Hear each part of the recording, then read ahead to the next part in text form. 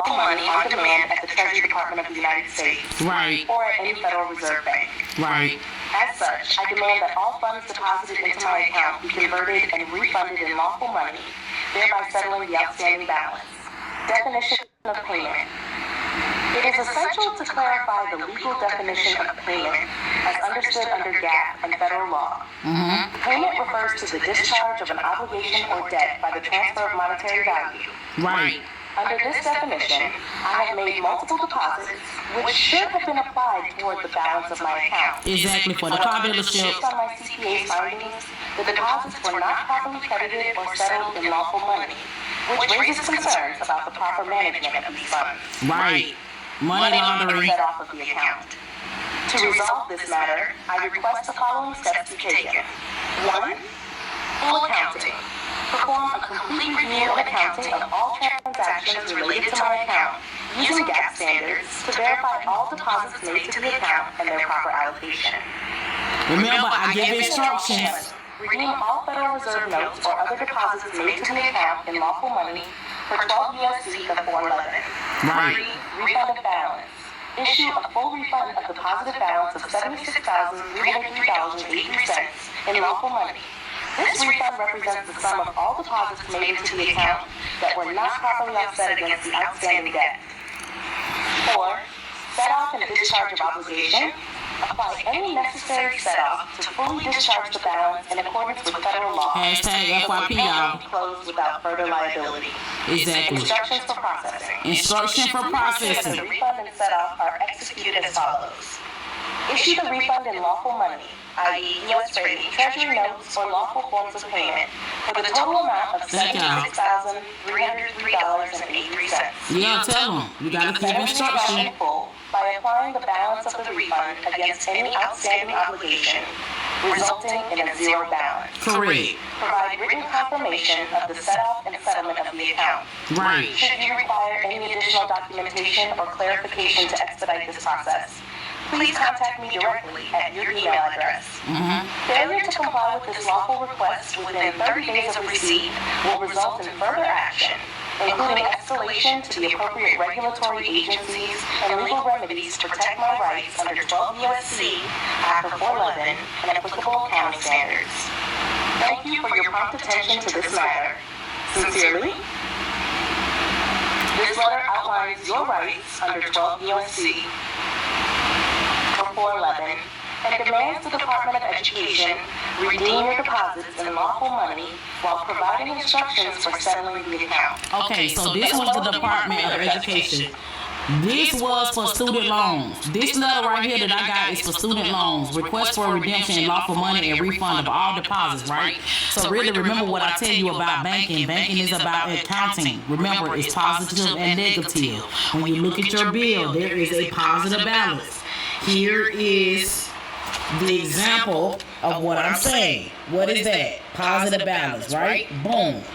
See how this zero has a negative sign in front of it? This zero has a negative sign in front of it, but look what they're saying. Current amount due, which is due to you. Because you are the who? Who are you? You are the person who extended the credit. So if you're extending the credit, you are due this amount, $14,000. Okay, boom. So let me really just show y'all what I did, right? So remember, you create your own negotiable instruments. You can create your own negotiable instruments, right? Okay, so boom. Now remember, we the creator. We are capital GODs. We are little GODs, right? Emperor. You know what I'm saying?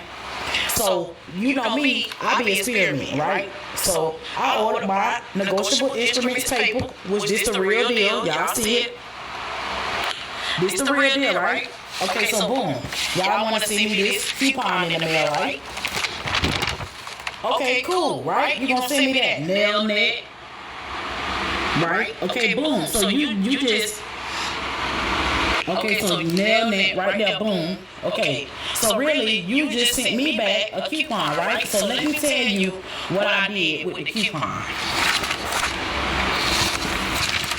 Now let me show you what I did. So Nailnet, a lot of people have Nailnet with that student loan, the total amount they saying that you owe or whatnot, right? Boom. So this is how I endorse my junk.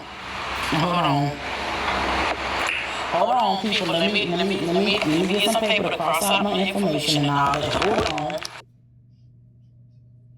Been on a tragedy for months. Why can't they agree with me for once? Yeah. Okay. This is how I'm feeling about them. Okay. So $76,000, right? Notice that why this zero has a negative balance, right? Has a negative. Why don't, if I owe this company $1,036.82, mind you, this is accounting. If I owe this company, see how that $500, notice how the $500 have a positive sign. But if I owe that amount, why don't this have a positive sign? Why don't they have a negative sign? Y'all know what we learned in school, negative and positive. A negative and a negative is a positive, and then the negative, if the whatever number is higher, that's the answer, which would be a negative or a positive, right? Y'all know what we learned. Y'all know that we learned what we learned. Positive and negative, add subtraction, right? Nothing can be, we can't argue with negative and positive. We can't, no matter what we do, no matter what we say, none of that, right?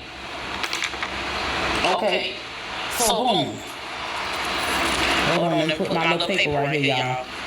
Hashtag FYP, tap that screen, my loves. I'm so glad that you're joining me. If it's your first time here, I'm your Professor Donna Bay here at the Diamond Cut Process University, okay? Well, we don't play with their behinds. We let them know, right? Boom. So, remember what I'm saying. How come there's a negative sign on the zero? Think about your bank account. When you owe any money on your bank account, is there a negative sign when you go overdraft? Yes, you do. Yes, there is. Saying that you owe the bank, right? But on your bill, if you owe them, we're strictly talking about endorsement, accounting, income, debits, credits, stuff like that, right? Banking, basically. Hashtag FYP. It's 50 people in my live. I love every last one of y'all. I'm nothing without y'all.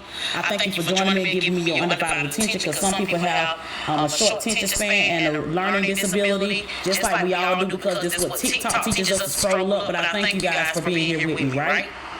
Okay, so boom, just like your bank account, if you go in the negative on your bank account, it is in the red or it has parentheses around it. But if it's negative and you owe on your account, why don't they have a negative sign? Which have to mean that if negative is zero, which is a credit, because if I pay my bill an extra $20 on your bill, anybody in here ever paid their bill a little bit in advance, maybe an extra $10, $15 on it? And what do you have in front of that bill? A negative sign, which means credit. So if you owe, a negative should be in front of this $1,000, but it's not.